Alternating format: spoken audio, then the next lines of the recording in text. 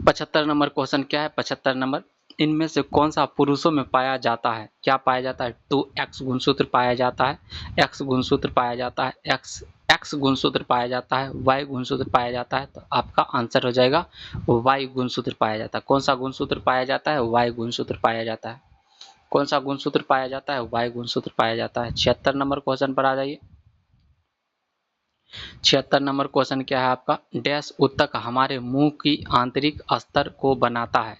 Dash उत्तक हमारे मुंह की आंतरिक अस्तर को बनाता है। पहला ऑप्शन है आपका सिलिटेड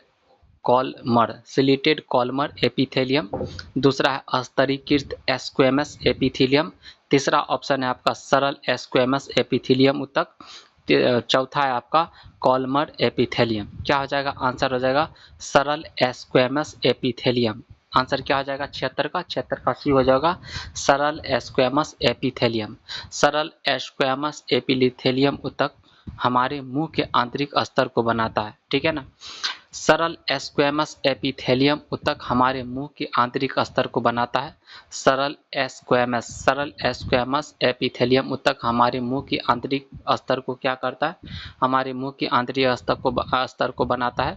सल्की या सल्काव एपिथेलियम, सल्की या सल्काव एपिथेलियम, सल्की या सल्काव एपिथेलियम स्क्वेमस है ना। सल्की या सल्काव एपिथेलियम बोले तो स्क्वेमस एपिथेलियम। सल्की या सल्काव एपिथेलियम को क्या कहा जाता है? स्क्वेमस एपिथेलियम कहा जाता है। सल्की या सल्काव एपिथेलियम को क्या कहा जाता है? स्क्वेमस एपिथेलियम ऐसे कहा जाता है। ऐसे उत्तक की कोशिकाएं चपटी और अत्यधिक पतली होती है। इन कोशिकाओं के केंद्रक भी चपटे होते हैं। इन कोशिकाओं के जो केंद्रक होते हैं ये भी क्या होते हैं? आपका चपटे होते हैं। इस प्रकार के उत्तक की कोशिकाएं फर्श या दीवार पर लगी चपटी ईंटों की तरह दिखती है। इस प्रकार के उत्तक की कोशिकाएं फर्श या दीवार पर लगी चपटी ईंटों की तरह क्या करती है? दिखती है। सल्काव एपिथेलियम त्वचा की बाहरी परत पर पाया जाता है। जो सल्काव एपिथेलियम होता है ना, सल्काव एपिथेलियम जो सल्की या सल्काम एपिथेलियम होता है ना, सल्की या सल्काम एपिथेलियम है ना, सल्की या सल्काम एपिथेलियम आपका ऐसी उत्तक कोशिकाएं चपटी और अत्यधिक क्या होती है? आपकी पतली होती है। हल्का आपका है सल्काव एपिथेलियम त्वचा के बाहरी परत पर पाया जाता है। सल्काव एपिथेलियम उत्तक कहाँ पाया जाता है? सल्काव एपिथेलियम उत्तक त्वचा के बाहरी परत पर पाया जाता है। इसके अलावा ऐसे उत्तक मुंह, गुहा, जिह्वा है ना, ग्रास नली, सल्काव एपिथेलियम त्वचा के बाहरी परत पर पाया जाता है। इसके अलावा ऐसे उत्तक आपका सल्काव एपिथेलियम उत्तक जो है ना आपका इसको बोलते हैं सरल स्क्वेमस एपिथेलियम। तो सल्काव एपिथेलियम त्वचा की बाहरी परत पर पाया जाता है। इसके अलावा ऐसे उत्तक मुख, गुहा, जिह्वा, टंग है ना, टंग और ग्रास नली तथा आहार नाल के स्तर पर पाए जाते हैं। स्तर बनाते हैं। ये रक्त वाहिनियों तथा फेफड़ों के वायु कोशों में भी पाया जाता है। ये रक्त वाहिनियों तथा फेफड़ों के वायु कोशों में भी पाया जाता है। ये रक्त वाहिनियों तथा फेफड़ों के वायु कोशों में भी पाया जाता है। स्तंभाकार एपिथेलियम छोटी आंत के भीतरी स्तर में पाया जाता है। स्तंभाकार आपका स्तंभाकार एपिथेलियम है ना, छोटी आंत के भीतरी स्तंभाकार एपिथेलियम छोटी आंत के भीतरी स्तर में पाया जाता है। स्तंभाकार जो एपिथेलियम है ना, छोटी आंत के भीतरी स्तर पर पाया जाता है। स्तंभाकार एपिथेलियम आपका छोटी आंत के भीतरी स्तर में पाया जाता है। और उसके बाद सल्काव एपिथेलियम जो त्वचा के नीचे पाया जाता है। ठीक है ना, मुंह के त्वचा में पाया जाता है। ठीक है, शरीर की त्वचा पर ही पाया जाता है। 77 नंबर क्वेश्चन क्या है? थायरॉक्सिन के संश्लेषण के लिए डैश आवश्यक है। क्या आवश्यक है? थायरॉक्सिन के संश्लेषण के लिए क्या आवश्यक है? ऑप्शन ए में है आयरन, ऑप्शन बी में है कैल्शियम, ऑप्शन सी में है आयोडीन, ऑप्शन डी में है आपका हेलिना। क्या हो जाएगा आपका? थायरॉक्सिन के संश्लेषण के लिए आवश्यक है आयरन, कैल्शियम, आयोडीन, हेलिना है ना। आपका आंसर हो जाएगा क्या हो जाएगा? आयोडीन। है ना। थायरोक्सिन के संश्लेषण के लिए आयोडीन आवश्यक है। थायरोक्सिन के संश्लेषण के लिए क्या आवश्यक है बताइए। थायरोक्सिन के संश्लेषण के लिए आपका आयोडीन आवश्यक है। थायरोक्सिन के संश्लेषण के लिए क्या आवश्यक है, आयोडीन आवश्यक है। थायरोक्सिन हार्मोन कोशिकीय श्वसन की गति को क्या करता है, तीव्र करता है। जो थायरोक्सिन हार्मोन है ना, कोशिकीय श्वसन की गति को क्या करता है, तीव्र करता है। थायरोक्सिन हार्मोन कोशिकीय श्वसन की गति को क्या करता है, तीव्र करता है। थायरोक्सिन हार्मोन कोशिकीय श्वसन की गति को क्या करता है, तीव्र करता है। भोजन में आयोडीन की कमी से, भोजन में आयोडीन की कमी से घेंघा रोग होता है। भोजन में किसकी कमी से, भोजन में आयोडीन की कमी से घेंघा रोग होता है। भोजन में आयोडीन की कमी से घेंघा रोग होता है। आयोडीन की कमी में आयोडीन की कमी से थायराइडिज्म, आयोडीन की कमी से हाइपोथायराइडिज्म, आयोडीन की कमी से हाइपोथायराइडिज्म, थायराइडिज्म, विकासात्मक मस्तिष्क विकार और गंडमाल भी क्या कर सकता है, हो सकता है। आयरन की कमी से एनीमिया रोग होता है। आयरन की कमी से कौन सा रोग होता है, आयरन की कमी से एनीमिया रोग होता है।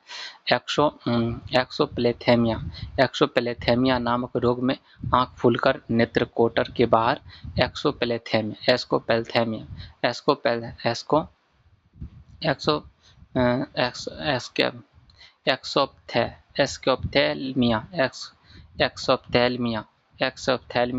नामक रोग से आपका आंख फूलकर नेत्र कोटर के बाहर निकल आता है, जो थायरोक्सिन के अधिक्य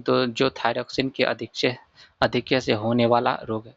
जो थायरोक्सिन के अधिक्य से होने वाला ये रोग है। थायरोक्सिन के अधिक्य से होने वाला क्या है, एक रोग है। 78 नंबर क्वेश्चन क्या है आपका, मानव शरीर में श्वसन वर्णक है। मानव शरीर में श्वसन वर्णक कौन है आपका, पहला ऑप्शन है फियोमेलानिन, ऑप्शन बी है हीमोग्लोबिन, ऑप्शन सी है मेलेनिन, ऑप्शन डी है आपका यूमेलानिन।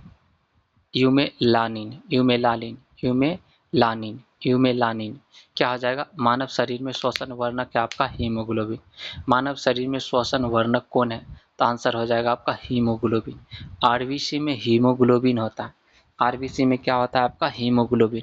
आरबीसी में क्या पाया जाता है बोलिए, आरबीसी में आपका हीमोग्लोबिन होता है। आरबीसी में हीमोग्लोबिन होता है। आरबीसी में हीमोग्लोबिन होता है। आरबीसी का मुख्य कार्य शरीर के हर कोशिका में, आरबीसी का मुख्य कार्य शरीर के हर कोशिका में ऑक्सीजन पहुंचाना। आरबीसी का मुख्य कार्य शरीर के हर कोशिका में ऑक्सीजन पहुंचाना होता है। आरबीसी का मुख्य कार्य क्या होता है, शरीर के हर कोशिका में ऑक्सीजन पहुंचाना होता है। आरबीसी का मुख्य कार्य शरीर के हर कोशिका में ऑक्सीजन पहुंचाना होता है। आरबीसी का मुख्य कार्य शरीर के हर कोशिका में ऑक्सीजन पहुंचाना होता है। हीमोग्लोबिन में पाया जाने वाला लौह यौगिक आपका हीमेटिन है। हीमोग्लोबिन में पाए जाने वाला लौह यौगिक कौन है, हीमेटिन है। हीमोग्लोबिन में पाए जाने वाला लौह यौगिक कौन है, हीमेटिन है। हीमोग्लोबिन में पाए जाने वाला लौह यौगिक कौन है आपका, हीमेटिन। हीमोग्लोबिन में पाए जाने वाला लौह यौगिक कौन है आपका, हीमेटिन है। हीमोग्लोबिन में हीम नामक रंजक होता है। हीमोग्लोबिन में क्या होता है बताइए, हीमोग्लोबिन में आपका हीम नामक रंजक होता है, जिसके कारण रक्त का रंग लाल होता है। हीमोग्लोबिन में हीम नामक रंजक होता है। हीमोग्लोबिन में क्या होता है बताइए, हीमोग्लोबिन में आपका हीम नामक रंजक होता है। हीमोग्लोबिन में आपका हीम नामक रंजक होता है, जिसके कारण रक्त का रंग क्या होता है, जिसके कारण रक्त का रंग लाल होता है। ग्लोबिन लौह युक्त प्रोटीन है ना। ग्लोबिन क्या है आपका, लौह युक्त। ग्लोबिन क्या है, ग्लोबिन आपका लौह युक्त प्रोटीन है। ग्लोबिन क्या है, लौह युक्त प्रोटीन है। ग्लोबिन क्या आपका लौह युक्त प्रोटीन है। ग्लोबिन क्या आपका लौह युक्त प्रोटीन है। ग्लोबिन लौहयुक्त प्रोटीन है। हीमोग्लोबिन की कमी से रक्तक्षीणता रोग हो जाता है। हीमोग्लोबिन की कमी से क्या होता है, रक्तक्षीणता नामक रोग हो जाता है। हीमोग्लोबिन की कमी से रक्तक्षीणता रोग हो जाता है। हीमोग्लोबिन की कमी से क्या होता है, रक्तक्षीणता रोग हो जाता है। हीमोग्लोबिन की कमी से रक्तक्षीणता रोग हो जाता है। हीमोग्लोबिन की कमी से कौन सा रोग होता है, हीमोग्लोबिन की कमी से रक्तक्षीणता रोग होता है। हीमोग्लोबिन की कमी से कौन सा रोग होता है, हीमोग्लोबिन की कमी से रक्तक्षीणता रोग होता है। हीमोग्लोबिन की कमी से आपका रक्तक्षीणता रोग होता है। हीमोग्लोबिन की कमी से कौन सा रोग होता है, रक्तक्षीणता रोग होता है। 79 नंबर प्रश्न पर आ जाइए। मानव रक्त की सबसे बड़ी कनिकाएं हैं ना, मानव रक्त के सबसे बड़ी कनिकाएं कौन है, आपका आंसर हो जाएगा श्वेत कनिकाएं। श्वेत कोशिकाएं। मानव रक्त में सबसे बड़ी कोशिकाएं है आपका कनिकाएं। मानव रक्त में सबसे बड़ी कनिकाएं है आपका श्वेत कनिका। मानव रक्त में सबसे बड़ी कनिका है आपका श्वेत कनिका। मानव रक्त में सबसे बड़ी कनिका कौन है आपका श्वेत कनिका होता है। 79 का डी हो जाएगा। मानव रक्त में सबसे बड़ी कनिकाएं आपका श्वेत कनिकाएं होता है, श्वेत कोशिकाएं होता है, श्वेत कोशिकाएं। मानव रक्त में सबसे बड़ी कनिकाएं श्वेत कोशिकाएं होता है। डब्ल्यूबीसी को ल्यूकोसाइट्स, डब्ल्यूबीसी को क्या कहते हैं, ल्यूकोसाइट्स भी कहते हैं। डब्ल्यूबीसी को ल्यूकोसाइट्स भी कहते हैं। डब्ल्यूबीसी अनियमित आकृति के केंद्रक, केंद्र युक्त तथा हीमोग्लोबिन केंद्रक रहित होता है ना। हेमोग्लोबिन में केंद्रक नहीं पाया जाता है, डब्ल्यूबीसी में केंद्रक युक्त होता है ना। डब्ल्यूबीसी अनियमित आकृति, डब्ल्यूबीसी का अनियमित आकृति के केंद्रक युक्त तथा हीमोग्लोबिन केंद्रक रहित होता है, केंद्रक इसमें नहीं पाया जाता है। मोनोसाइट्स, डब्ल्यूबीसी को ल्यूकोसाइट्स भी कहते हैं। डब्ल्यूबीसी को क्या कहते हैं, ल्यूकोसाइट्स भी कहते हैं। मोनोसाइट सबसे बड़ा सफेद रक्त कणिका है। मोनोसाइट, मोनोसाइट क्या है, सबसे बड़ा सफेद रक्त कणिका है। मोनोसाइट सबसे बड़ा सफेद रक्त कणिका है। मोनोसाइट सबसे बड़ा सफेद रक्त कणिका है। मोनोसाइट क्या है, सबसे बड़ा सफेद रक्त कणिका है मोनोसाइट। मोनोसाइट सबसे बड़ा सफेद रक्त कणिका है। मोनोसाइट क्या है आपका, सबसे बड़ा सफेद रक्त कणिका क्या आपका, मोनोसाइट। सबसे बड़ा सफेद रक्त कणिका कौन है आपका, मोनोसाइट। श्वेत रक्त कोशिकाएं 5 प्रकार की होती है। श्वेत रक्त कोशिकाएं, श्वेत रक्त कोशिकाएं 5 प्रकार की होती है। श्वेत रक्त कोशिका आपका 5 प्रकार की होती है। श्वेत रक्त कोशिकाएं 5 प्रकार की होती है। श्वेत रक्त कोशिका कितने प्रकार की होती है, 5 प्रकार की होती है ना। Neutrophil, neutrophil, basophil, neutrophil, basophil, eosinophil, monocyte, lymphocyte, basophil, eosinophil, है ना। Basophil, neutrophil, basophil, eosinophil, neutrophil, basophil, eosinophil, monocyte, lymphocyte, monocyte, lymphocyte, ये सब होता है। श्वेत रक्त कोशिकाएं, श्वेत रक्त कोशिकाएं 5 प्रकार के होते हैं। श्वेत रक्त कोशिकाएं कितने प्रकार के होते हैं, श्वेत रक्त कोशिकाएं 5 प्रकार के होते हैं। Neutrophil, basophil, eosinophil, monocyte, lymphocyte, है ना। Neutrophil, neutrophil, eosinophil, basophil, lymphocyte, lymphocyte, monocyte, ये सब होता है। न्यूट्रोफिल, इओसिनोफिल, लिम्फोसाइट, मोनोसाइट, और एक होता है इओसिनोफिल, है ना। न्यूट्रोफिल, बेसोफिल, इओसिनोफिल, न्यूट्रोसाइट, है ना, लिम्फोसाइट, लिम्फोसाइट और एक और है आपका मोनोसाइट। लिम्फोसाइट और monocyte, lymphocyte, monocyte, lymphocyte, monocyte, ये सब होता है। आरबीसी को एरिथ्रोसाइट्स भी कहते हैं। आरबीसी को क्या कहते हैं, आरबीसी को एरिथ्रोसाइट्स भी कहा जाता है। आरबीसी को एरिथ्रोसाइट्स भी कहा जाता है। आरबीसी को एरिथ्रोसाइट्स भी कहा जाता है। मनुष्य में गुर्दे, मनुष्य में गुर्दे के निस्यंदन, मनुष्य में गुर्दे के निस्यंदन की इकाई को क्या कहते हैं, गुर्दा बोल ले तो किडनी, है ना, गुर्दा बोल ले तो किडनी, गुर्दा, है ना। न्यूरॉन्स हो जाएगा, न्यूरॉन्स हो जाएगा, न्यूट्रॉन्स हो जाएगा, नेफ्रॉन्स हो जाएगा, प्रोटॉन्स हो जाएगा, ठीक है ना। तो गुर्जा का जो होता है ना, गुर्दा किडनी क्या होता है, इसको नेफ्रॉन्स बोलते हैं। क्या बोलते हैं, नेफ्रॉन्स बोलते हैं, ठीक है ना। गुर्दा नेफ्रॉन्स बोलते हैं। मनुष्य के गुर्दे के निस्यंदन की इकाइयों को नेफ्रॉन्स कहा जाता है। क्या कहा जाता है, नेफ्रॉन्स कहते हैं। मनुष्य एवं अन्य स्तनधारियों में मुख्य उत्सर्जी अंग एक जोड़ा वृक्क होता है। एक जोड़ा क्या होता है, वृक्क किडनी होता है, ठीक है ना। इसका वजन 140 ग्राम होता है। इसे दो भाग, इसके 2 भाग होते हैं। इसका वजन 140 ग्राम होता है, इसके 2 भाग होते हैं। बाहरी भाग को कॉर्टेक्स, बाहरी भाग को क्या कहते हैं, कॉर्टेक्स, और भीतरी भाग को मेडुला कहते हैं। जो किडनी का जो बाहरी भाग होता है ना, उसको कॉर्टेक्स कहा जाता है। किडनी के बाहरी भाग को कॉर्टेक्स कहा जाता है।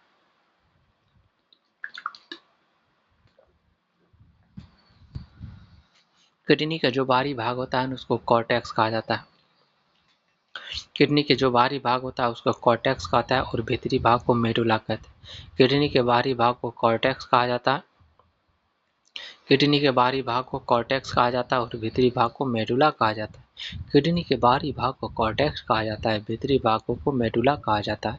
प्रत्येक वृक्क लगभग 1 करोड़ 30 लाख 1 करोड़ 30 लाख प्रत्येक वृक्क में 1 करोड़ 30 लाख वृक्क नलिकाओं से मिलकर बना है, जिसे नेफ्रॉन्स कहते हैं। जिसे क्या कहते हैं? नेफ्रॉन्स कहते हैं, है ना।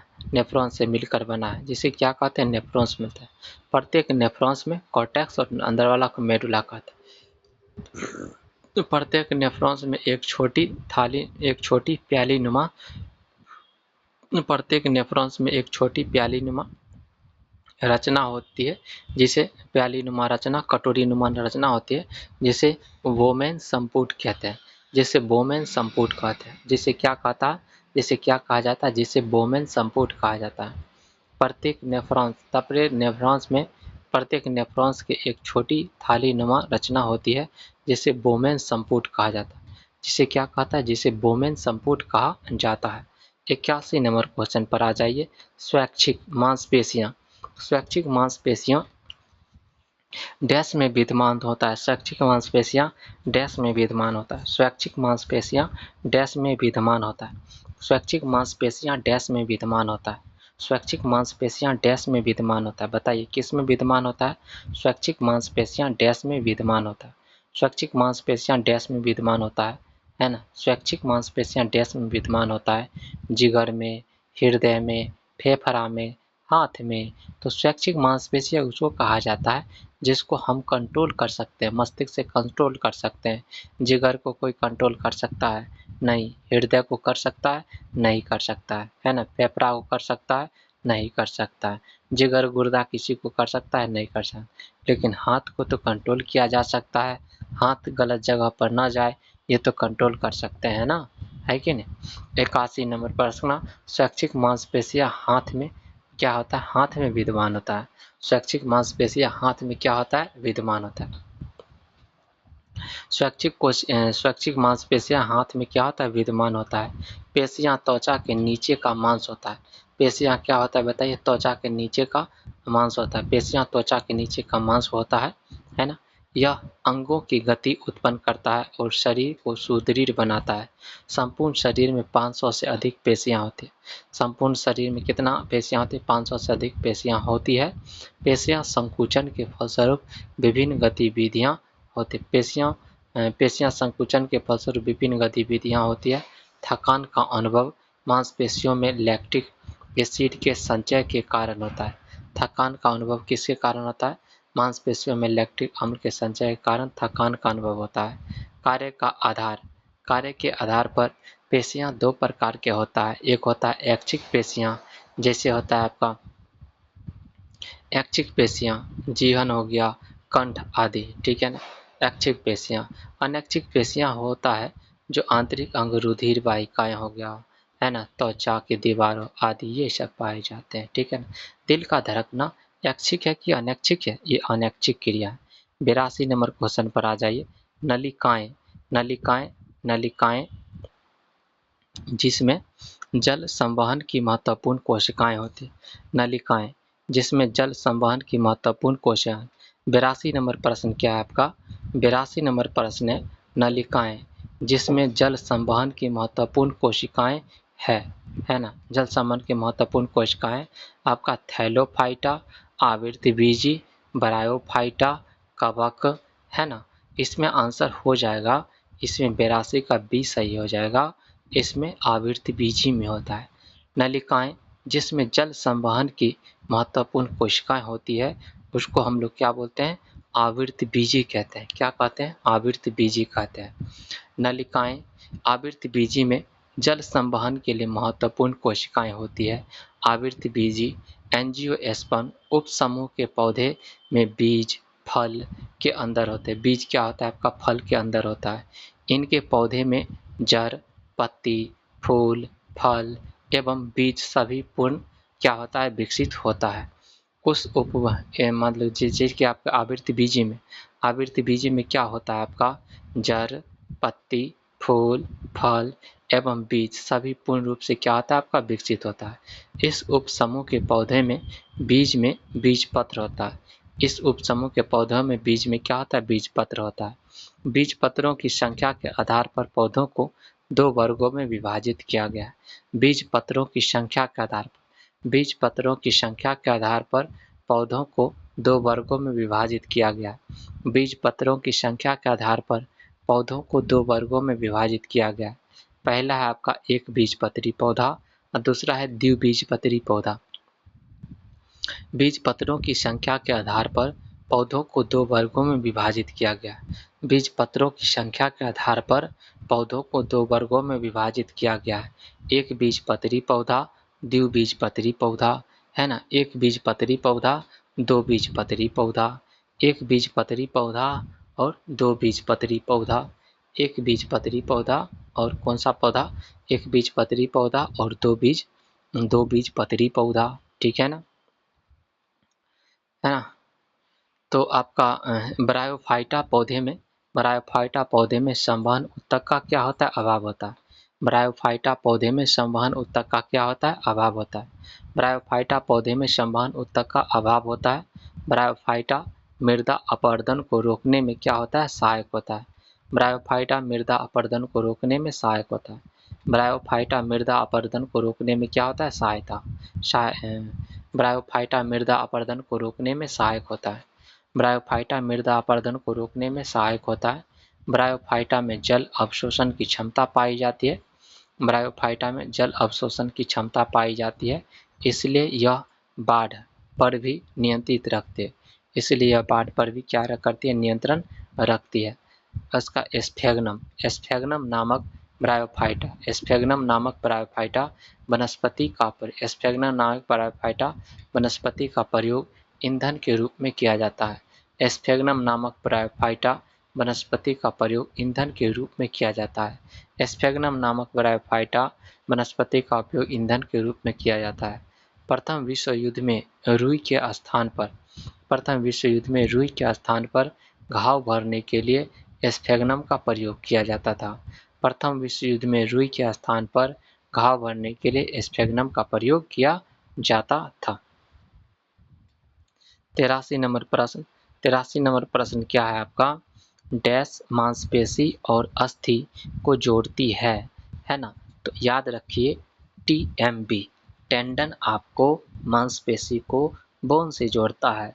दूसरा याद रखना आपका LBB, लंबा BB, है ना। लिगामेंट आपको बोन को बोन से जोड़ता है।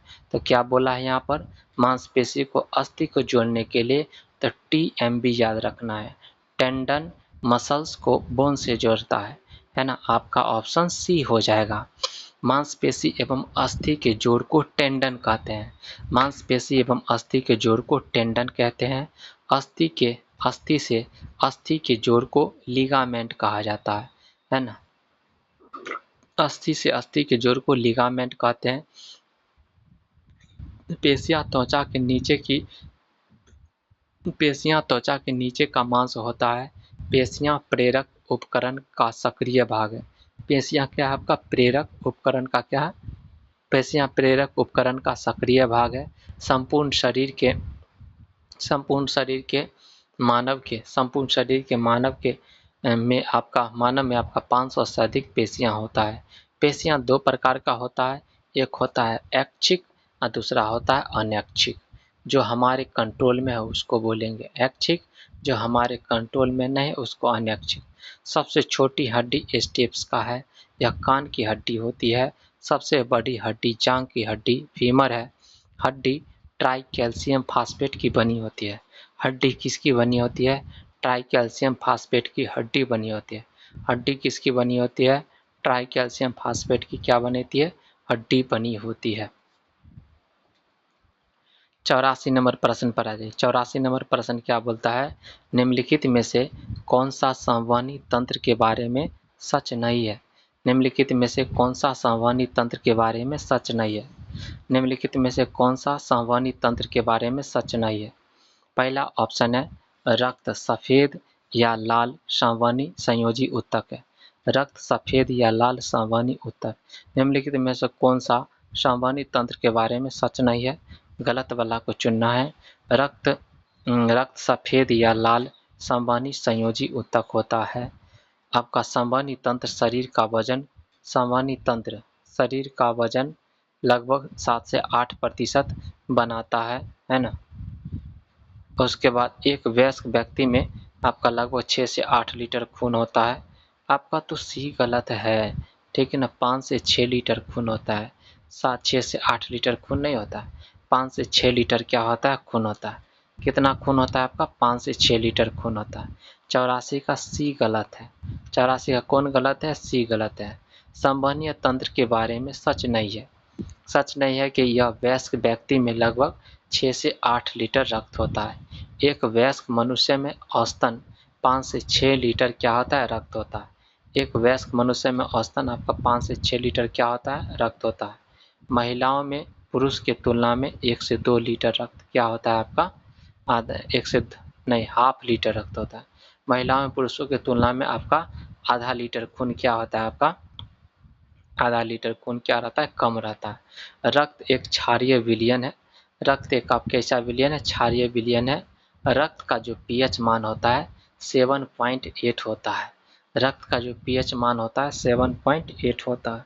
रक्त का पीएच मान 7.8 होता है। रक्त या रुधिर एवं लसिका को सरल या संवहनी संयोजी ऊतक कहते हैं। रक्त या रुधिर एवं लसिका को सरल या संवहनी ऊतक कहा जाता है। इसका अंतरकोशिकीय पदार्थ तरल होता है। इसका अंतरकोशिकीय पदार्थ क्या होता है, तरल होता है। इसका अंतरकोशिकीय पदार्थ तरल होता है जिसमें कोशिकाएं बिखरी रहती है। इसका अंतरकोशिकीय पदार्थ तरल होता है। इसका अंतरकोशिकीय पदार्थ क्या होता है, तरल होता है जिसमें कोशिकाएं बिखरी रहती है। इसका अंतरकोशिकीय पदार्थ तरल होता है जिसमें कोशिकाएं बिखरी रहती है। इसका अंतरकोशिकीय पदार्थ तरल होता है जिसमें कोशिकाएं बिखरी रहती है। इसमें कोशिकाएं क्या रहती है, बिखरी रहती है। रुधिर कणिकाएं 3 प्रकार की होती है। रुधिर कणिकाएं 3 प्रकार की होती है, erythrocyte, leukocyte, thrombocyte. Leukocyte WBC वाला, ठीक है ना। Erythrocytes, leukocyte, thrombocyte. Erythrocyte, leukocyte, thrombocyte. Erythrocyte, leukocyte, thrombocyte. ये आपका क्या है, आपका ये रुधिर कणिकाएं के 3 प्रकार है। ये रुधिर कणिकाएं के क्या है, आपका 3 प्रकार है। 85 नंबर क्वेश्चन पर आइए। पुरस्थ पुरस्थ पुरस्थ ग्रंथि से होने वाला शराब डैश में प्रवेश करता है। पुरस्थ ग्रंथि से होने वाला शराब डैश में प्रवेश करता है। किस में प्रवेश करता है बताइए। आपका आंसर हो जाएगा ए, मूत्र मार्ग में क्या करता है, मूत्र मार्ग। इसको प्रोस्टेट बोला जाता है ना, प्रोस्टेट ग्लैंड बोला जाता है। पुरस्थ ग्रंथि से होने वाला शराब डैश में प्रवेश करता है, मूत्र मार्ग में प्रवेश करता है। पुरस्थ ग्रंथि से होने वाला शराब डैश में प्रवेश करता है। पुरस्थ ग्रंथि से होने वाला शराब डैश में प्रवेश करता है। पुरस्थ ग्रंथि से होने वाला शराब डैश में प्रवेश करता है, तो मूत्र मार्ग में प्रवेश करता है। पुरस्थ ग्रंथि से होने वाला शराब आपका मूत्र मार्ग में क्या करता है, प्रवेश करता है। पुरस्थ ग्रंथि से होने वाला शराब मूत्र मार्ग में प्रवेश करता है। पुरस्थ बोले तो प्रोस्टेट। प्रोस्टेट यह मूत्र मार्ग के मूत्राशय का संबंध रहता है। प्रोस्टेट यह मूत्र मार्ग के मूत्राशय का संबंध रहता है। इसका आकार गोल सुपारी जैसा होता है। इसका आकार कैसा होता है, गोल सुपारी जैसा होता है। ये दोनों पुरस्थ ग्रंथियों संयुक्त होकर एक सामान्य पुरस्थ ग्रंथि का निर्माण करता है। ये दोनों पुरस्थ ग्रंथियां संयुक्त होकर एक सामान्य पुरस्थ ग्रंथि का क्या करता है, निर्माण करता है। सामान्य पुरस्थ ग्रंथि क्या करता है, निर्माण करता है। इसमें लगभग 2 दर्जन नलिकाएं होती है। इसमें लगभग क्या होता है, 2 दर्जन नलिकाएं होती है जो मूत्र मार्ग में खुलती है। इसमें लगभग 2 दर्जन नलिकाएं होती है जो मूत्र मार्ग में क्या करती है, खुलती है। पुरस्थ से एक प्रकार की द्रव स्रावित होता है। पुरस्थ ग्रंथि से क्या होता है, एक प्रकार का द्रव स्रावित होता है जिसे पुरस्थ द्रव कहा जाता है। पुरस्थ ग्रंथि से एक प्रकार का द्रव स्रावित होता है। पुरस्थ ग्रंथि से क्या होता है, एक प्रकार का द्रव स्रावित होता है जिसे पुरस्थ द्रव कहते हैं। पुरस्थ ग्रंथि से क्या होता है, एक प्रकार का द्रव स्रावित होता है जिसे पुरस्थ द्रव कहते हैं। यह द्रव शुक्र सीमेन को विशिष्ट गंध प्रदान करता है। यह द्रव शुक्र है ना। यह द्रव शुक्र जो क्या होता है, पुरस्थ से एक प्रकार का द्रव स्रावित होता है जिसे पुरस्थ द्रव कहते हैं। पुरस्थ ग्रंथि से एक प्रकार का द्रव स्रावित होता है जिसे पुरस्थ द्रव कहा जाता है। यह द्रव शुक्र सीमेन को विशिष्ट गठन, है ना। पुरस्थ द्रव प्राप्त होता है। यह द्रव आपका शुष्क, यह द्रव शुक्र को विशिष्ट गंध प्रदान करता है। यह द्रव शुक्र को क्या करता है, सीमेन को विशिष्ट गंध प्रदान करता है। पुरस्थ द्रव शुक्राशय द्रव के साथ मिलकर मूत्र मार्ग में पहुंचता है। पुरस्थ द्रव शुक्राशय द्रव के साथ, पुरस्थ द्रव शुक्राशय द्रव के साथ, पुरस्थ द्रव शुक्राशय द्रव के साथ मिलकर मूत्र मार्ग में पहुंचता है।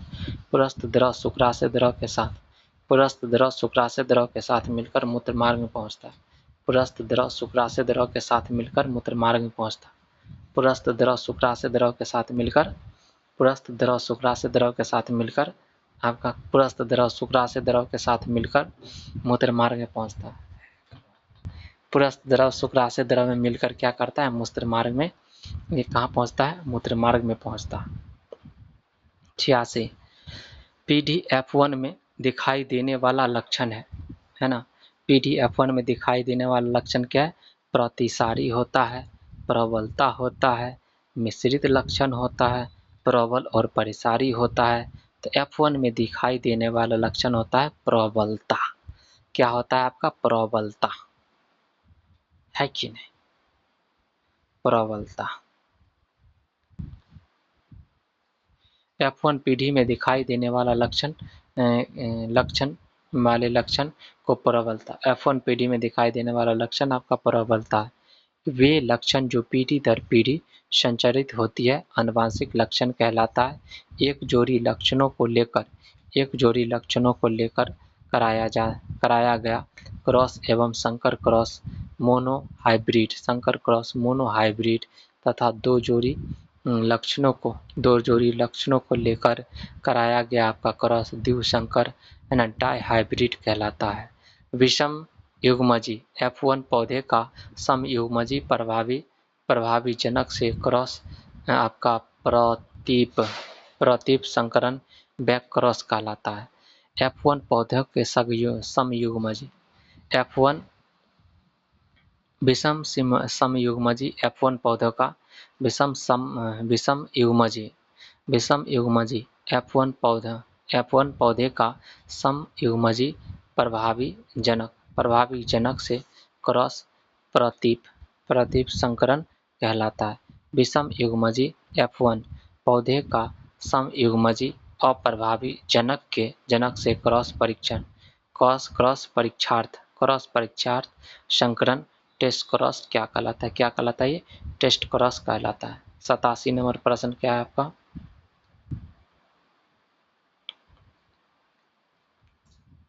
87 नंबर प्रश्न, निम्नलिखित में से कौन से पौधे थैलोफाइटा समूह से संबंधित है। निम्नलिखित में से कौन से पौधे थैलोफाइटा से संबंधित है। थैलोफाइटा से आपका कारा संबंधित है। थैलोफाइटा नहीं, थैलोफाइटा से आपका मार्सिलिया संबंधित है। बरायोफाइटा से फर्न हो जाएगा और टेरिडोफाइटा से कारा मॉस। मर्सिलिया आपका निम्नलिखित में से कौन सा पौधा थैलोफाइटा समूह से संबंधित है। निम्नलिखित में से कौन सा पौधा थैलोफाइटा से संबंधित है। मर्सिलिया आपका थैलोफाइटा से संबंधित होता है। निम्नलिखित में से कौन सा पौधा थैलोफाइटा से संबंधित है। मर्सिलिया हो जाए। निम्नलिखित में से कौन सा पौधा थैलोफाइटा से संबंधित है। मर्सिलिया हो जाए। 87 का क्या हो जाएगा, 87 का ए हो जाएगा। मर्सिलिया थैलोफाइटा समूह से संबंधित। 87 का क्वेश्चन है, कुछ अब पढ़ रहे हैं हम कुछ। निम्नलिखित में से कौन सा पौधा थैलोफाइटा समूह से संबंधित नहीं है। मर्सिलिया आपका थैलोफाइटा समूह से संबंधित नहीं है। मर्सिलिया थैलोफाइटा समूह से संबंधित नहीं है। बाद बाकी आपका यूलोथ्रिक्स, मर्सिलिया आपका टेरिडोफाइटा से संबंधित है। मर्सिलिया थैलोफाइटा, बरायोफाइटा और टेरिडोफाइटा।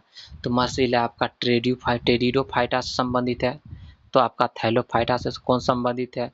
यूलोथ्रिक्स, कारा, कलेडोफोरा, कैलेडोफोरा, यूलोथ्रिक्स कारा कैलेडोफोरा, यूलोथ्रिक्स कारा कैलेडोफोरा, यूलोथ्रिक्स कारा कैलेडोफोरा, यूलोथ्रिक्स कारा कैलेडोफोरा, यूलोथ्रिक्स कारा कैलेडोफोरा, यूलोथ्रिक्स कारा कैलेडोफोरा और कारा कैलेडोफोरा, ये आपका थैलोफाइटा से संबंधित है। पहला ऑप्शन है मार्सिलिया, मार्सिलिया आपका टेरिडोफाइटा से संबंधित, किससे संबंधित है? टेरिडोफाइटा। मार्सिलिया, मार्सिलिया तथा सेरेप्टेरिसिस, मार्सिलिया तथा सेरेप्टेरिसिस जैसे टेरिडोफाइटा का प्रयोग सब्जी के रूप में किया जाता है।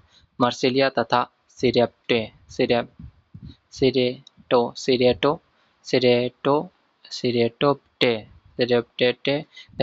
जैसे टेरिडोफाइटा का उपयोग सब्जी के रूप में किया जाता है।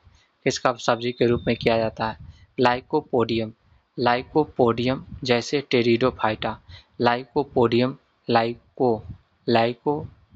लाइपोपोडियम होगा, लाइपोपोडियम जैसे टेरिडोफाइटा का प्रयोग बीजाणु दवाई के रूप में किया जाता है।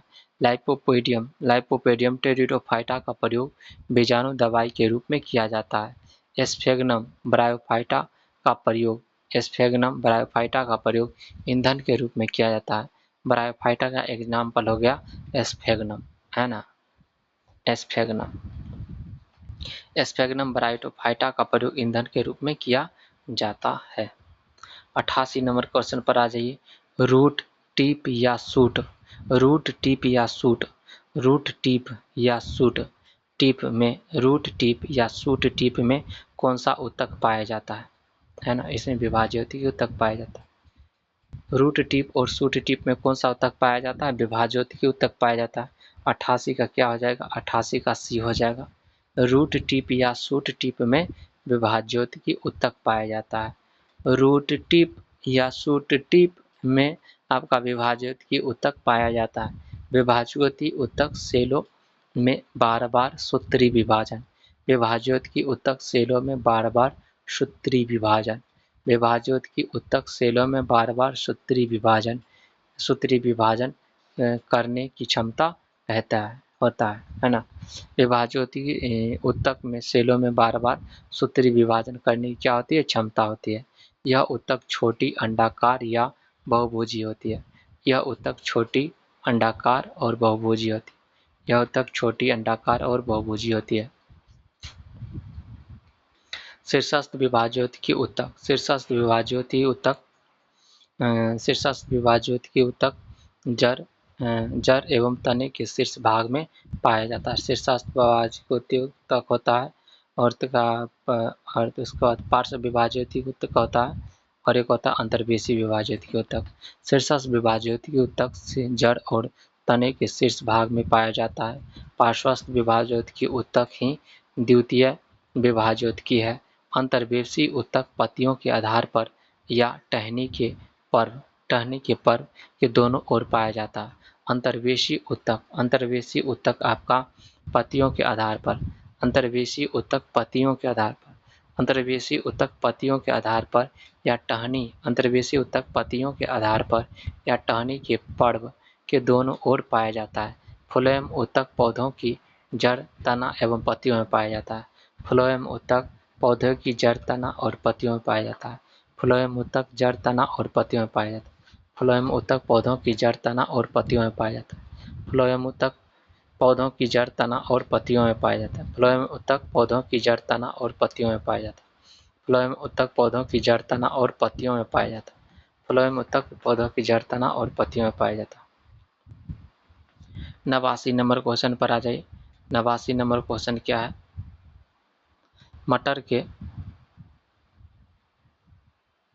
मटर के पौधों में डैश कैरेक्टर रिसेसिव होता है ना, डैश कैरेक्टर रिसेसिव होता है।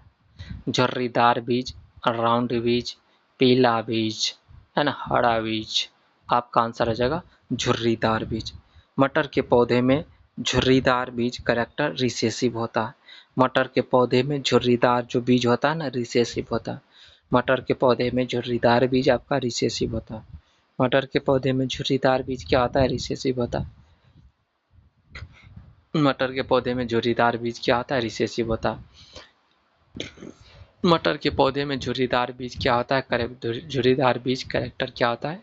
रिसेसिव होता है। द्विसंकरीय क्रॉस, इसमें दो जोड़े विपरीत लक्षणों को क्रॉस कराया जाता है। द्विसंकरीय में आपका झुर्रीदार जो होता है ना बीज, झुर्रीदार बीज कैरेक्टर रिसेसिव होता है। द्विसंकर क्रॉस, इसमें जोड़े विपरीत लक्षणों को क्रॉस कराया जाता है। मेंडल ने द्विसंकरीय क्रॉस के लिए गोल और पीले बीज एवं हरे, है ना, मेंडल ने द्विसंकरीय क्रॉस के लिए गोल तथा पीले बीज, मेंडल ने द्विसंकरीय क्रॉस के लिए गोल तथा पीले बीज, मेंडल ने द्विसंकरीय क्रॉस के लिए गोल तथा पीले बीज एवं हरे तथा झुर्रीदार बीज से उत्पन्न पौधों को क्रॉस कराया था, जिसमें गोल तथा पीला बीज प्रभावी होता था। गोल तथा पीला बीज क्या होता है? प्रभावी, डोमिनेंट था। और दोनों पौधों को क्रमशः R R R R R R R capital, Y Y S capital, है ना, स्मॉल आर आर और स्मॉल वाई वाई में क्या करता है? प्रदर्शित करता है। गोल पीले और झुर्रीदार, गोल पीले और झुर्रीदार पीले बीज में 3:1 का अनुपात रहता है। गोल हरे और झुर्रीदार बीज में 3:1 का अनुपात रहता है। ठीक है। 90 नंबर क्वेश्चन पर आ जाइए। 90 नंबर क्वेश्चन क्या कहता है? डैश में प्रत्येक कार्बन परमाणु 4 अन्य कार्बन परमाणु से बंधे होते हैं। डैश में प्रत्येक कार्बन परमाणु 4 अन्य कार्बन परमाणु से बंधे होते हैं। डैश में प्रत्येक कार्बन परमाणु 4 अन्य कार्बन परमाणु से बंधे होते हैं, जो एक दृढ़ त्रि-आयामी संरचना का निर्माण करता है। तो आपका आंसर कौन हो जाएगा? आपका डायमंड, ग्रेफाइट, मीथेन, इथेन, है ना। तो आपका क्या हो जाएगा? डायमंड हो जाएगा। डायमंड में प्रत्येक कार्बन परमाणु 4 अन्य कार्बन परमाणु से क्या होता है? आपका बंधा होता है। डायमंड हो जाएगा, जो एक दृढ़ त्रि-आयामी संरचना का निर्माण करता है। हीरा कार्बन का क्रिस्टलीय अपरूप है। हीरा कार्बन का कैसा अपरूप है? हीरा कार्बन का आपका क्रिस्टलीय अपरूप है। इसका प्राकृतिक स्रोत किम्बरलाइट पत्थर है। हीरा कार्बन का क्रिस्टलीय अपरूप है। इसका प्राकृतिक स्रोत किम्बरलाइट पत्थर है। क्या इसका? किम्बरलाइट पत्थर है। काले हीरे को बोर्ड कहते हैं। काले हीरे को क्या कहते हैं? बोर्ड कहते हैं। इसका अपवर्तनांक 2.417 होता है। काला हीरा को क्या कहते हैं? बोर्ड कहते हैं। इसका अपवर्तनांक 2.417 होता है। डायमंड पर अम्ल, क्षार आदि का कोई प्रभाव नहीं पड़ता है। मीथेन को मार्स गैस भी कहते हैं। धान के खेतों में भी मीथेन गैस मिलता है। 91 नंबर प्रश्न, डैश कदाचित जानवरों का सबसे बड़ा समूह है। आपका आर्थ्रोपोडा, सिलेंट्रेटा, मोलस्का, है ना, नेमेटोडा, आर्थ्रोपोडा। सबसे बड़ा क्या आ जाएगा? आपका आर्थ्रोपोडा हो जाए। 91 का डी हो जाएगा। आर्थ्रोपोडा कदाचित जानवरों का सबसे बड़ा समूह है। आर्थ्रोपोडा संघ में लगभग 10 लाख जीव है, जो जल, थल, नव तीनों भागों में क्या किया जाता है? पाया जाता है। इन संघों के जीव का शरीर द्विपार्श्विक सममित होता है। इसका शरीर खंड युक्त तथा त्रिस्तरीय होता है। आर्थ्रोपोडा संघ के जंतु सामान्यतः एक लिंगी होते हैं। सिलेंट्रेटा संघ के लार्वा को मुख्यतः प्लेनुमा, है ना, प्लेनूला कहते हैं। सिलेंट्रेटा संघ के लार्वा को प्लेनूला, है ना, प्लेनूला कहते हैं। सिलेंट्रेटा संघ के लार्वा को मुख्यतः प्लेनूला कहते हैं। मोलस्का शब्द का प्रयोग सर्वप्रथम अरस्तु ने कटल फिश के लिए किया था। मोलस्का शब्द का प्रयोग सर्वप्रथम अरस्तु ने कटल फिश के लिए किया था। मोलस्का शब्द का प्रयोग सर्वप्रथम अरस्तु ने कटल फिश के लिए किया था। मोलस्का शब्द का प्रयोग सर्वप्रथम अरस्तु ने कटल फिश के लिए किया था। मोलस्का शब्द का प्रयोग सर्वप्रथम अरस्तु ने किसके लिए किया था? कटल फिश के लिए किया था। मोलस्का शब्द का प्रयोग सर्वप्रथम अरस्तु ने कटल फिश के लिए किया था। मोलस्का शब्द का प्रयोग सर्वप्रथम अरस्तु ने कटल फिश के लिए किया था। मोलस्का शब्द का प्रयोग सर्वप्रथम अरस्तु ने कटल फिश के लिए किया था। 92 रोगजनक सूक्ष्मजीवों की वृद्धि को रोकने वाली दवाओं को क्या कहते हैं? रोगजनक सूक्ष्मजीवों की वृद्धि को रोकने वाले सूक्ष्मजीवों की वृद्धि को रोकने वाले दवा को एंटीबायोटिक कहते हैं। एंटीबायोटिक्स कहते हैं। रोगजनक सूक्ष्मजीवों की वृद्धि को रोकने वाला दवाओं को एंटीबायोटिक्स कहते हैं। औषधियों को सामान्यतः उनके गुणों के आधार पर निम्नलिखित वर्गों में विभाजित किया जा सकता है। पहला है एंटीपायरेटिक्स या ज्वरनाशक। एंटीपायरेटिक्स या ज्वरनाशक ये शारीरिक दर्द तथा बुखार उतारने में क्या है? लाभप्रद है। ये शारीरिक दर्द तथा बुखार उतारने में क्या है? लाभप्रद है। पीराहारी इसका प्रयोग दर्द को दूर करने में किया जाता है। पीराहारी इसका उपयोग दर्द को दूर करने में किया जाता है। पीराहारी इसका उपयोग दर्द को दूर करने में किया जाता है। पीराहारी इसका उपयोग दर्द को दूर करने में किया जाता है। पीराहारी इसका उपयोग दर्द को दूर करने में किया जाता है। जैसे मॉर्किन, कोडीन, हीरोइन आदि। मॉर्किन, कोडीन, हीरोइन आदि है ना। प्रतिरोध एंटीसेप्टिक प्रतिरोध सूक्ष्मजीवों के विकास को रोकने में तथा इसे नष्ट करने में किया जाता है। क्लोरामीन हो गया, मर्क्यूरोक्रोम हो गया, टिंचर आयोडीन हो गया, है ना, एक्रिप्लेविन हो गया, ये सब हो जाए। जर्सीसाइड या जर्मनासी ये रोगाणुओं, फंजाई और वायरस को नष्ट कर देता है। 93 नंबर क्वेश्चन पर आ जाए। वायुमंडल में तरित द्वारा किस गैस की स्थिरीकरण हो सकता है? तरित द्वारा आपका नाइट्रोजन का होता है और कोशिका नहीं होता। आर्गन का, कार्बन डाइऑक्साइड का, ऑक्सीजन का नहीं होता। वायुमंडल में तरित द्वारा किस गैस का स्थिरीकरण हो सकता है? नाइट्रोजन का होता है। किसका हो सकता है? नाइट्रोजन। वायुमंडल में तरित द्वारा नाइट्रोजन गैस का स्थिरीकरण हो सकता है। दलहनी फसलों की जड़ों में पाई जाने वाली ग्रंथियां वातावरण से नाइट्रोजन इकट्ठा करके भूमि की उर्वरता को क्या करता है? बढ़ाता है। दलहनी फसलों के जड़ों में पाई जाने वाली ग्रंथियां वातावरण से नाइट्रोजन इकट्ठा करके भूमि की उर्वरता को क्या करता है? भूमि की उर्वरता को बढ़ाती है।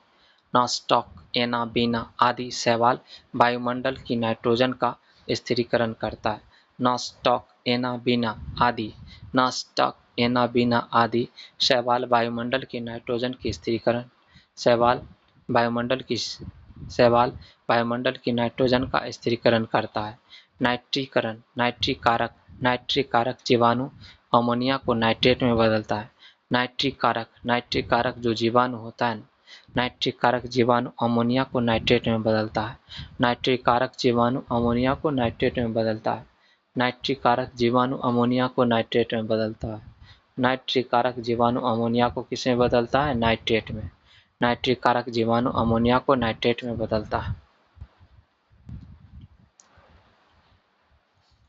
एजोटोबैक्टर एवं क्लॉस्ट्रिडियम सहजीवी आपका असहजीवी जीवाणु वायुमंडलीय नाइट्रोजन को मृदा में क्या करता है? स्थिर करता है। थायोबैसिलस डिनाइट्रिफिकेंस और माइक्रोकोकस डिनाइट्रिफिकेंस नाइट्रोजन यौगिकों को स्वतंत्र नाइट्रोजन व अमोनिया में क्या करता है? स्वतंत्र नाइट्रोजन व अमोनिया में बदल देता है। यह क्रिया विनाइट्रीकरण कहलाता है ना, जिससे भूमि की उर्वरता कम हो जाते हैं। जिससे क्या होते हैं? विनाइट्रीकरण कहलाता है, जिससे भूमि की उर्वरता क्या हो जाती, कम हो जाती है। NO3 से NO2 और NO2 है, क्या बोल दिया। नाइट्रोजन यौगिक को स्वतंत्र नाइट्रोजन और अमोनिया में क्या करता है, बदल देता है। अगला क्वेश्चन, लोकटक झील किस राज्य में है, तो आपको मणिपुर में सबको पता है ना। लोकटक झील मणिपुर राज्य में स्थित है। लोकटक झील पूर्वोत्तर भारत का ताजे पानी का सबसे बड़ी झील है। लोकटक झील में अवस्थित विश्व का एकमात्र तैरता हुआ राष्ट्रीय पार्क है। लोकटक झील बने प्राकृतिक द्वीप को फुमदी प्राकृतिक द्वीप को फुमदी या फंडिस कहते हैं। लोकटक झील में बने प्राकृतिक द्वीप को फुमदी या फंडिस कहते हैं, है ना, फुंडिस, है ना, फुंडिस कहते हैं। लोकटक झील में स्थित सबसे बड़ा फुमदी, है ना, केबुल लामजाओ नेशनल पार्क के नाम से जाना जाता है। फुमदी या फुंडिस केबुल लामजाओ नामक नेशनल पार्क से जाना जाता है। Keibul Lamjao national park 40 square kilometre में फैला हुआ है। केबुल लामजाओ को रामसर साइट्स घोषित किया गया है ना। विलुप्त प्राय संगाई हिरन का एकमात्र प्राकृतिक निवास स्थान केबुल लामजाओ। विलुप्त प्राय संगाई हिरन का एकमात्र प्राकृतिक निवास आपका केबुल लामजाओ। क्या है केबुल लामजाओ। 95 नंबर क्वेश्चन, हिमालय पर्वतमाला को किसमें विभाजित किया गया है, तो इसको हिमालय, सह्याद्री, शिवालिक, हिमाद्री, विंध्य और शिवालिक, सतपुरा, सह्याद्री और हिमाचल, सह्याद्री और शिवालिक, है ना, हिमाचल, हिमाद्री और शिवालिक। जो हिमालय जो पर्वत है ना, हिमालय पर्वतमाला को हिमाचल, हिमाद्री, शिवालिक, हिमाचल, हिमाद्री, शिवालिक में विभाजित किया। हिमाचल, हिमाद्री, शिवालिक। हिमालय पर्वतमाला को हिमाचल, हिमाद्री और शिवालिक में विभाजित किया जाता है। हिमालय पर्वतमाला को हिमाचल, हिमाद्री और शिवालिक में विभाजित किया जाता है। हिमालय पर्वतमाला को भौगोलिक स्तर पर 4 भागों में विभाजित किया जाता है। पहला है बृहद हिमालय अथवा आंतरिक हिमालय। बृहद हिमालय अथवा आंतरिक हिमालय यह सबसे ऊंचा और दुर्गम श्रेणी है। बृहद हिमालय, आंतरिक हिमालय, है ना, बृहद हिमालय, लघु हिमालय और शिवालिक। बृहद हिमालय, आंतरिक हिमालय यह सबसे ऊंचा और दुर्गम श्रेणी है। इसे भारत की प्राचीन ग्रंथ में हिमाद्री क्या कहा जाता है, इसको हिमाद्री के नाम से जाना जाता था। लघु अथवा मध्य हिमालय, लघु अथवा मध्य हिमालय इसे हिमाचल श्रेणी से जाना जाता है। हिमाद्री हिमाचल श्रेणी, शिवालिक, है ना, शिवालिक हिमालय यह लघु हिमालय, है ना, लघु हिमालय के दक्षिण में समांतर पूर्व पश्चिम दिशा में क्या हुआ है, फैली हुई है। पूर्व से पश्चिम दिशा में क्या हुई, फैली हुई है। ट्रांस हिमालय, तिब्बत हिमालय, ट्रांस हिमालय तथा तिब्बत हिमालय यह महान हिमालय के उत्तर में समांतर पूर्व से पश्चिम दिशा में फैला हुआ है। पूर्व से किधर फैला हुआ है, आपका पश्चिम दिशा में फैला हुआ है। तो सबसे हो गया बृहद हिमालय। बृहद हिमालय को हिमाद्री कहते हैं। लघु हिमालय को हिमाचल हिमालय कहते हैं। शिवालिक हिमालय, लघु हिमालय और दक्षिण इसके समांतर पूर्वी हिमालय फैली हुई है। ट्रांस हिमालय या तिब्बत हिमालय कहा जाता है। ट्रांस हिमालय को क्या कहा जाता है, तिब्बत हिमालय कहा जाता है। हिमालय पर्वतमाला का प्रादेशिक विभाजन 4 भागों में किया गया है। सिंधु नदी तथा सतलज नदी के बीच के क्षेत्रों को पंजाब हिमालय कहा जाता है। सिंधु और सतलज नदी के बीच को पंजाब हिमालय कहा जाता है। सतलज और काली नदी के बीच को कुमायूं हिमालय कहा जाता है। सिंधु और सतलज नदी के बीच के क्षेत्र को पंजाब हिमालय कहा जाता है। सिंधु और सतलज नदी के बीच के क्षेत्र को पंजाब हिमालय कहा जाता है ना। सतलज और काली नदी के बीच के क्षेत्र को कुमायूं हिमालय कहा जाता है। काली नदी और तीस्ता नदी के बीच को नेपाल हिमालय कहा जाता है। और तीस्ता और दिहांग नदी के बीच के क्षेत्र को असम हिमालय कहा जाता है। ठीक है ना। सिंधु, सतलज, काली, तीस्ता, दिहांग, सिंधु सतलज काली तिस्ता दिहा, सिंधु सतलज काली तिस्ता दिहा, सिंधु सतलज काली तिस्ता दिहा, है ना। उसको सिंधु हिमाचल, पंजाब हिमालय, कुमायूं हिमालय, है ना, नेपाल हिमालय, और उसके बाद असम हिमालय। 96 नंबर प्रश्न पर आ जाए। 96 नंबर किया क्या प्रश्न है?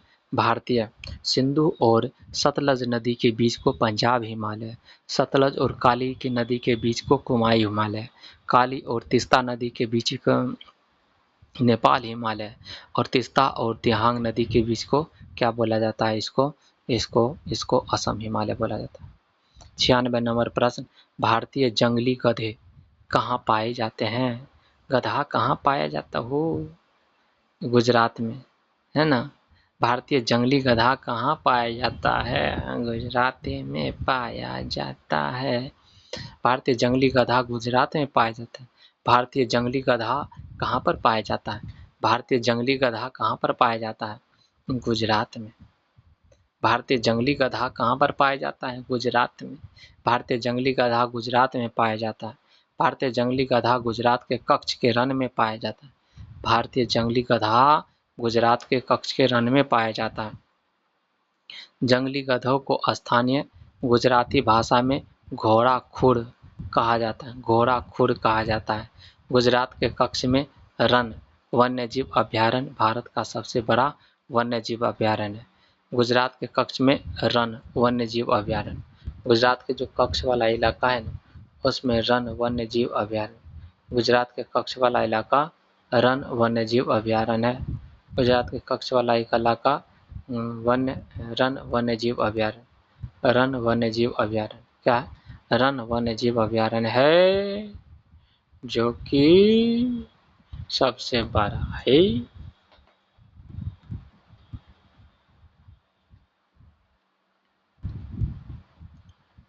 97 नंबर प्रश्न है। 97 नंबर प्रश्न क्या है? इनमें से कौन सा विकल्प दुर्बलता मंडल की स्थिति को दर्शाता है? दुर्बलता मंडल की स्थिति को दर्शाता है वायुमंडल के नीचे, स्थल मंडल के नीचे, स्थल मंडल के ऊपर, वायुमंडल के ऊपर, ठीक है ना। इसमें से कौन दुर्बलता मंडल को दिखाता है? तो स्थल मंडल के नीचे, स्थल मंडल के नीचे।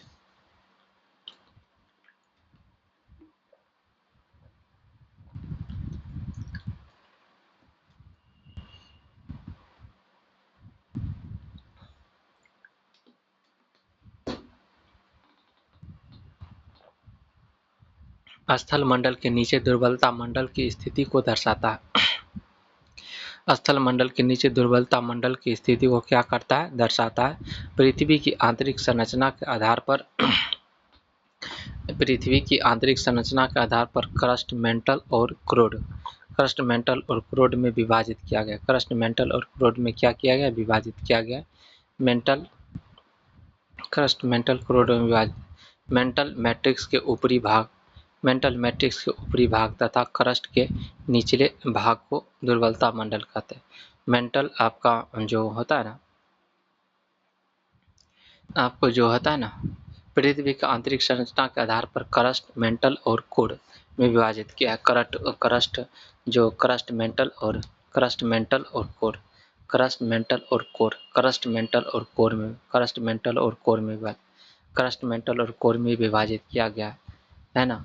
मेंटल आपका मेंटल मेंटल के ऊपरी भाग एक क्रस्ट के निचले भाग की दुर्बलता मंडल कहते हैं। मेंटल, क्रस्ट, मेंटल और कोर। मेंटल या मेंटल के ऊपरी भाग एवं क्रस्ट, मेंटल के ऊपरी भाग, क्रस्ट एवं क्रस्ट के निचले भाग, मेंटल के ऊपरी भाग और क्रस्ट के निचले भाग को दुर्बलता मंडल कहते हैं, ठीक है ना। क्रस्ट के ऊपरी भाग है, मेंटल के ऊपरी भाग और क्रस्ट के निचले भाग को दुर्बलता मंडल कहा जाता है। क्रस्ट भूपट्टी की मोटाई महासागरों में लगभग 5 किलोमीटर है। क्रस्ट भूपट्टी की जो मोटाई है ना, महासागरों में कितना किलोमीटर है? 5 किलोमीटर है। जबकि महाद्वीपों पर इसकी मोटाई 34 किलोमीटर है। महाद्वीपों पर इसकी मोटाई क्या पर है आपका? 34 किलोमीटर है और महासागरों में 5 किलोमीटर है। भूमध्य भूकंपीय लहरों की गति में अंतर के आधार पर ऊपरी क्रस्ट एवं निचली क्रस्ट में विभाजित किया गया है ना। तो आपका ऊपरी क्रस्ट एवं निचली क्रस्ट के बीच के घनत्व को कोनरॉड असंबद्धता कहते हैं। ऊपरी मेंटल और निचली क्रस्ट के बीच के घनत्व को मोहोरोविक असंबद्धता कहते हैं। ऊपरी मेंटल एवं निचली मेंटल के बीच घनत्व को रेपेटी असंबद्धता कहते हैं। ऊपरी मेंटल और निचली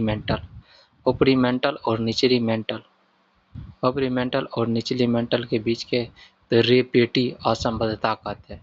ऊपरी मेंटल और निचली मेंटल के बीच को रेपेटी असंबद्धता कहते हैं।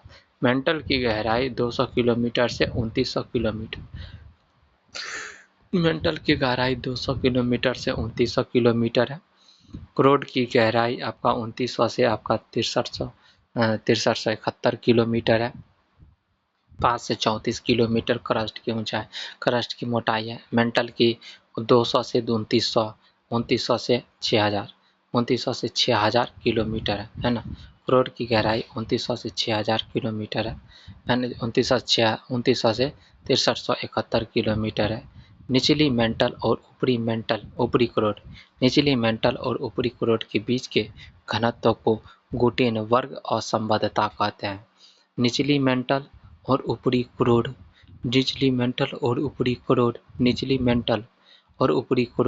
है ना, ऊपरी क्रोड के बीच के घनत्व को गुटेनबर्ग असंबद्धता कहते हैं। ऊपरी क्रोड और निचले क्रोड के बीच घनत्व को लेहमैन असंबद्धता कहते हैं। ऊपरी क्रोड और निचली क्रोड के बीच के घनत्व को लेहमैन असंबद्धता कहते हैं। क्या कहते हैं? लेहमैन असंबद्धता कहते हैं। 98 नंबर प्रश्न क्या है? 98 अंतर्राष्ट्रीय नवीकरणीय ऊर्जा अभिकरण का मुख्यालय कहाँ है? अंतर्राष्ट्रीय नवीकरणीय ऊर्जा अभिकरण का मुख्यालय कहाँ स्थित है? अबू धाबी, सिंगापुर, जकार्ता, लेहांग, है ना, जिहाद। तो क्या हो जाएगा? जिद्दा। तो 98 क्या हो जाएगा आपका? अंतर्राष्ट्रीय नवीकरण ऊर्जा का अबू धाबी में। कहाँ पर है? अबू धाबी में। अंतर्राष्ट्रीय नवीकरणीय ऊर्जा अभिकरण का मुख्यालय अबू धाबी में स्थित है। अंतर्राष्ट्रीय नवीकरणीय ऊर्जा अभिकरण अंतर्राष्ट्रीय नवीकरणीय ऊर्जा अभिकरण का मुख्यालय अबू धाबी में स्थित है। अंतर्राष्ट्रीय नवीकरणीय ऊर्जा अभिकरण का मुख्यालय अबू धाबी में स्थित है। अंतर्राष्ट्रीय नवीकरणीय ऊर्जा अभिकरण है ना, इरेना की स्थापना 26 जनवरी 2009 ईस्वी को किया गया था। अंतर्राष्ट्रीय नवीकरणीय ऊर्जा अभिकरण इरेना की स्थापना 26 जनवरी 2009 ईस्वी को किया गया। 26 जनवरी 2009 ईस्वी को किया गया था। 29 नंबर प्रश्न पर आ जाइए। 29 नंबर, डैश के अलावा निम्नलिखित में से सभी खरीफ की फसलें हैं। खरीफ फसल है। गेहूं को छोड़कर सब खरीफ फसल है। गेहूं आपका रबी फसल है। गेहूं के अलावा सभी खरीफ फसल है। कृषि आपका राज्य सूची का विषय है। कृषि एक किसका सूची है? राज्य सूची का विषय, जिसका उल्लेख 7वीं अनुसूची के प्रविष्टि 14 में है। 7वीं अनुसूची के प्रविष्टि 14 में। विश्व में गेहूं के उत्पादन में भारत का स्थान 2 है ना। देश में गेहूं के उत्पादन में उत्तर प्रदेश का स्थान प्रथम है, जबकि प्रति हेक्टेयर उत्पादन में पंजाब का स्थान प्रथम है। भारत में हरित क्रांति लाने वाले व्यक्ति का नाम क्या था? Doctor MS. स्वामीनाथन जी थे, है ना। इनको भारत रत्न पुरस्कार सम्मानित किया गया। खरीफ फसल की बुआई जून जुलाई में होता है, अक्टूबर नवंबर में काट लिया जाता है। 100 नंबर प्रश्न, भारत में स्थित सुंदर वन राष्ट्रीय उद्यान डैश में स्थित सुंदर वन संरक्षित वन के निकट स्थित है, तो आपका आंसर हो जाएगा कहाँ पर स्थित है? Tibet, Bhutan, Myanmar, Sundarban, Bangladesh, Bhutan, Tibet, Myanmar, Bangladesh. क्या आ जाएगा? बांग्लादेश। भारत में स्थित सुंदरबन राष्ट्रीय उद्यान बांग्लादेश में स्थित सुंदरबन संरक्षित वन के निकट स्थित है।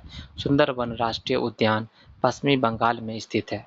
इस नेशनल पार्क में मुख्य प्रमुख वन्यजीव प्राणी में बाघ, हिरण, मगरमच्छ आदि पाया जाता है। सुंदरबन विश्व का सबसे बड़ा नदी डेल्टा है। यह क्षेत्र मैंग्रोव के घने जंगलों से घिरा हुआ है।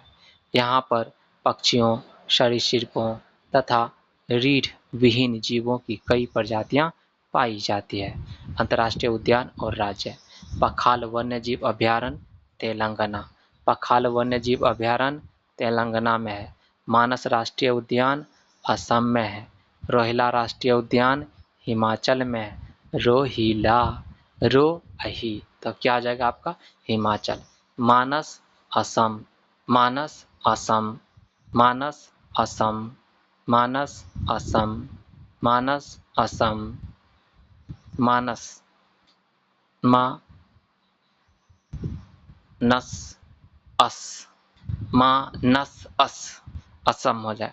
पखाल, पखाल तेल है ना, पखाल तेल लगा के पखाल है ना। पखाल वन जीव अभयारण्य है ना तेलंगाना। पखाल तेलंगाना। मानस असम। रोहिला हिला हिमाचल। किबुल लामजाओ मणिपुर। किबुल तो सबको याद होगा। किबुल लामजाओ कहाँ पर? मैन। एक बार और। रोहिला हिमाचल। मानस अस हिमाचल असम। पखाल है ना तेलंगाना। पखाल तेलंगाना है ना। किबुल लामजाओ राष्ट्रीय उद्यान मणिपुर। ठीक है।